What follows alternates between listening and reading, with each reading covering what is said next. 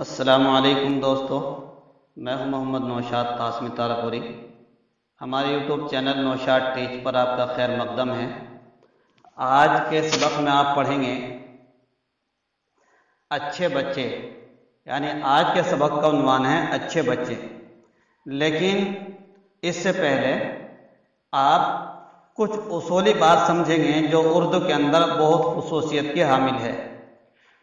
کچھ الفاظ لکھنے میں ایسے ہیں جس میں عمومی طور سے غلطی ہوتی ہے، اور جو اردو املا سے ناواقف ہیں وہ بھی اپنی تحریر کے اندر، اور بعض لوگ تو کتابوں کے اندر بھی اسی طرح کا املا لکھتے ہیں، حالانکہ وہ اصول کے خلاف ہے۔ اس میں کچھ الفاظ ہم مثال کے طور پر شروع میں آپ کے سامنے پیش کرتے ہیں، پھر اصول پیش کریں گے۔ دیکھیے آپ کے سامنے آیا ہے ایک لفظ کیونکہ، ایسی بلکہ، ایک رائے چل کر، اس کے لیے، انشاءاللہ، ہم کنار۔ دیکھیے یہ ایسے الفاظ ہیں جن کا املا صحیح یہی ہے، لیکن عام طور سے جو ان کا املا لکھا جاتا ہے ان الفاظ کا وہ ایسا ہوتا ہے کیونکہ، بلکہ، چل کر، اس کے لیے، انشاءاللہ، ہم کنار۔ یہ املا غلط ہے، کیونکہ اصول یہ ہے، قاعدہ ہے کہ وہ دو معنی دار الفاظ کو ملا کر نہیں لکھا جائے گا۔ کیونکہ، ایسی بلکہ، چل کر، اس کے لیے، انشاءاللہ، ہم کنار، ان کے اگر آپ دونوں کو الگ الگ، بلکہ، چل کر، انشاءاللہ، ہم کنار، اگر آپ ان کو جب الگ الگ بولیں گے تو ان کے معنی سب کے الگ الگ ہوں گے جب ان کو الگ کاٹ دیں گے۔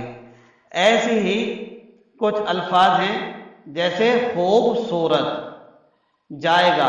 دیکھیں خوب الگ، صورت الگ، تو خوب کے معنی الگ ہیں اور صورت کے معنی الگ ہیں، تو یہ جو دو معنی دار الفاظ ہوں گے وہ الگ الگ لکھے جائیں گے، ملا کر نہیں لکھے جائیں گے۔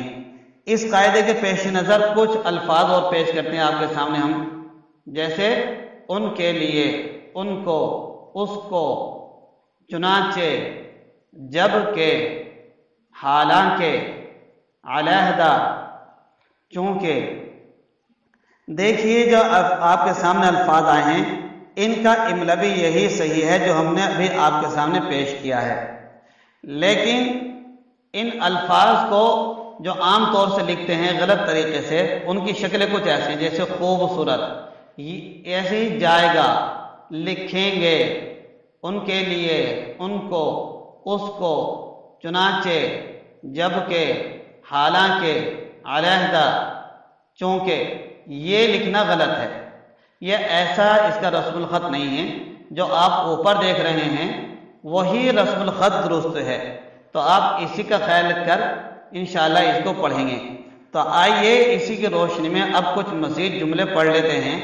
اب آپ کو جو ہم آپ کے سامنے املا پیش کریں گے رسم الخط، اس کے اندر آپ کو خیال رکھنا ہے کہ وہ اردو املا کے قواعد کی خلاف ورزی تو نہیں ہو رہی۔ اگر ہو رہی ہے تو آپ بھی خود درست کرنے کی کوشش کریں اور ہم بھی خود درست کرنے کی کوشش کریں گے۔ تو چلیے کچھ جملے پڑھ لیتے ہیں، جیسے اچھے بچے جھوٹ نہیں بولتے، چوری نہیں کرتے، گالی نہیں دیتے۔ اچھے بچے جنگ و جدال سے دور رہتے ہیں۔ اچھے بچے اساتذہ کرام اور بڑوں کا ادب و احترام کرتے ہیں۔ اچھے بچے صبح کو جلدی اٹھتے ہیں اور وقت پر مدرسے پہنچتے ہیں۔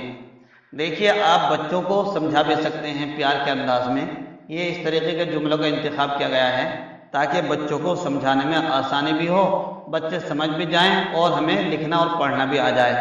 ایسے کچھ جملے اور دیکھ لیتے ہیں، جیسے اچھے بچے گفتگو مہذب طریقے سے کرتے ہیں، مثلا وہ کہتے ہیں تشریف لائیے، کھانا کھا لیجیے۔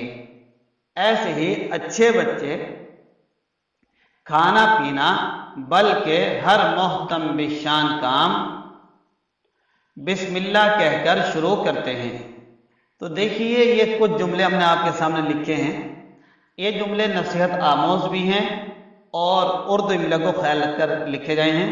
تو اس لیے آپ اب جب بھی املا لکھوائیں، چونکہ اصول تقریباً سبھی آ گئے اردو املا کے تعلق سے، اسی کی روشنی میں آپ لکھواتے رہیں اور پریکٹیکل کراتے رہیں۔ انشاءاللہ اردو قواعد کے ساتھ اردو گرامر کے پیش نظر رکھتے ہوئے آپ کو اردو لکھنا اور پڑھنا بھی آ جائے گا۔